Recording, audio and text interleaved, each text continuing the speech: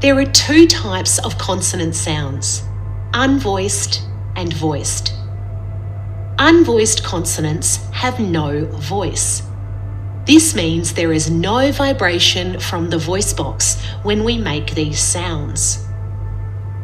Put your hand on your voice box and say S. You'll feel that there is no vibration from your voice box.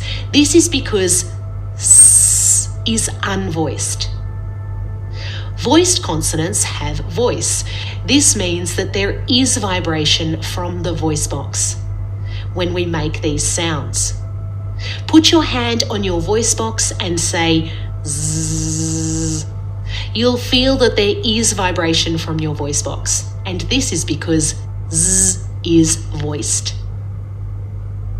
Many sounds in English come in unvoiced and voiced pairs.